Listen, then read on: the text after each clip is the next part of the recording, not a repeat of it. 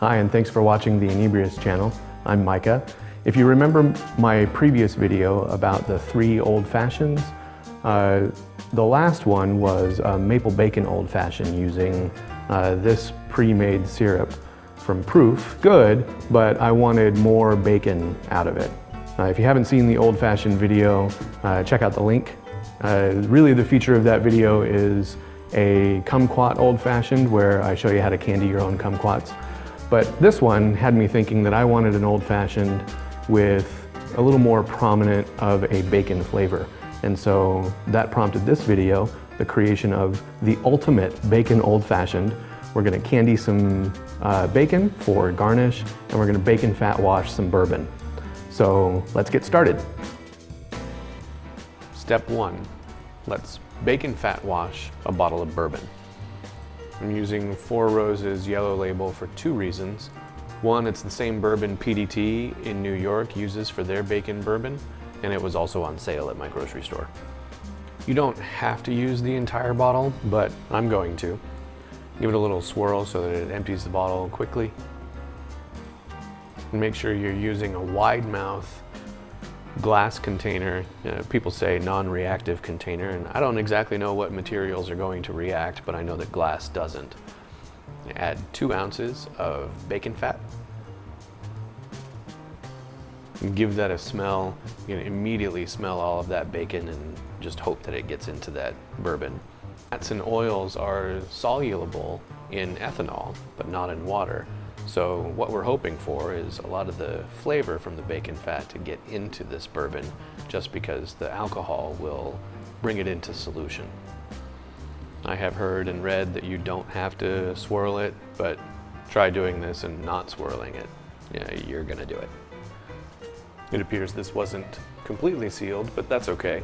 Put it away for 4 hours in a dark room and then 2 hours in the freezer. 6 hours later. Here we now have that bottle of bourbon with as much fat as it would absorb and the rest of the fat solids frozen on top.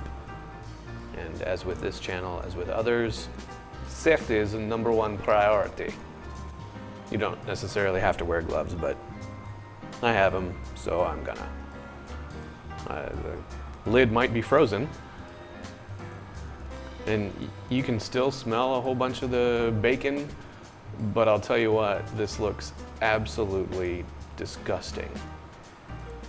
However, it's really too bad you can't smell it through the television or computer or whatever you're watching this on, because with the smell of bacon, it's not as disgusting as it looks.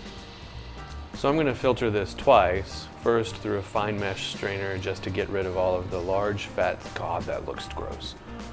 To get rid of the large fat solids. So let's make sure to get all of the bourbon out of there. Ugh. And we'll just toss all that extra fat out in the trash. And this was a mistake. So my thought for the second filtering would be to use a coffee filter, but it wasn't. It is just remarkably slow, and I just don't think the benefit would have been there to wait for the 45 minutes. So I changed my method and decided to use what everyone else says to use, and that's cheesecloth. And it filtered right through and gave me the result I was looking for. However, side note, since my mistake took so long, the bourbon did warm up a little bit, which allowed some of the fat solids to thaw, and they made it through even the cheesecloth, so I ended up filtering it again after freezing it a second time. So don't make my mistake and have your cheesecloth at the ready. Pour your filtered bourbon back into the bottle. And because I'm excited about it, I want to see the difference between the fat washed bourbon and the bourbon before fat washing and give them a taste test. So Four Roses bourbon is good. It's not phenomenal. It's a solid bourbon used for cocktails. I wouldn't really be drinking this over ice or straight. I wouldn't call it a sipping bourbon, but definitely a good mixing bourbon.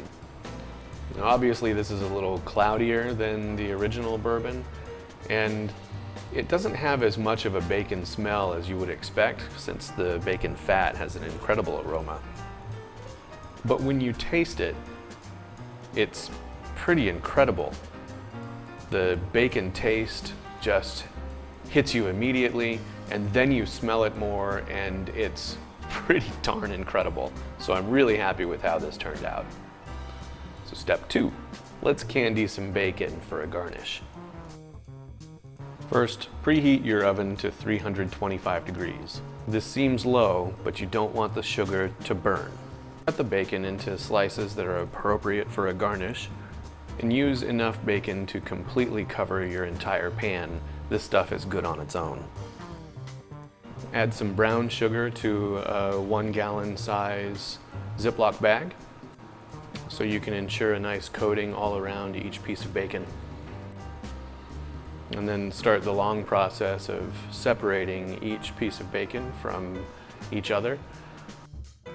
And then add several of the pieces of bacon to the bag so that you can... I got a message for all of them, right? Shake and bake. What does that do? Does that blow your mind? I mean, of course, how could I not?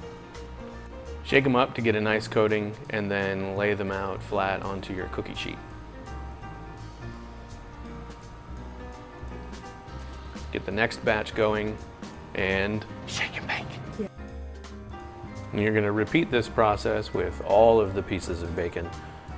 Lay them out onto the cookie sheet, and get the next batch. Hold on. Shake and bake. Yeah. This is a relatively tedious process, so it makes it worth your while to do as much as you can in one batch. Get that last bit in the bag and... Shake and bake! Does that feel good? Yeah. There's one of my kids. While the other has yet to make an appearance on camera, he does make himself known and is mainly the reason for voiceover. You'll see a lot of recipes for candied bacon or pig candy using a grill, but the goal behind this garnish is to really encapsulate the bacon inside some sugar. So we need it in a pan, and I'm going to add as much sugar as I think it can handle. So put that in your oven at 325 for 30 minutes. Take it out, flip it over, and put it back in for 30 more minutes. Take it out and allow it to cool on a rack over foil, and store in parchment paper, making sure that they don't touch each other, because 2 pieces will become 1 pretty easily. Put them in a sealable bag in the fridge, and they'll keep for about 5 days. And now we're finally ready to make the ultimate bacon old-fashioned. So thankfully, after all that from here, it's pretty simple. We're going to use 2 ounces of our bacon fat washed bourbon. Yes, the bottle's a little more empty than you might expect, because I've had this before I took footage of making it. And of course, as introduced in the beginning, we're going to use Proof Syrup's Maple Bacon Old-Fashioned Syrup. Proof recommends this cocktail is prepared in a mixing glass, so we'll grab one of those and add ½ an ounce of the syrup.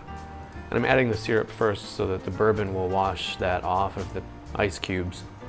And we'll add 2 ounces of our bacon fat washed 4 Roses bourbon. Give that a stir for about 15 seconds. We'll speed that up and then grab our glass with a beautiful clear cube of ice. And do a nice close-up for the pour.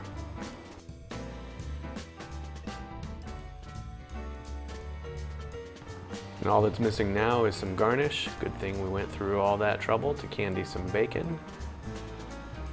Drop it in. There you have an ultimate bacon old-fashioned. Let's give that a taste. Again, this footage isn't the first time I had one. I was too excited when I was done. It is incredible. I will be doing all this again at my next party. Thanks for watching the Inebrious channel. If you enjoyed this video, please hit the like button below. And if you'd like to see more videos on cocktail creation and alcohol education, please hit the subscribe button and click the bell to be notified every time I upload a new video.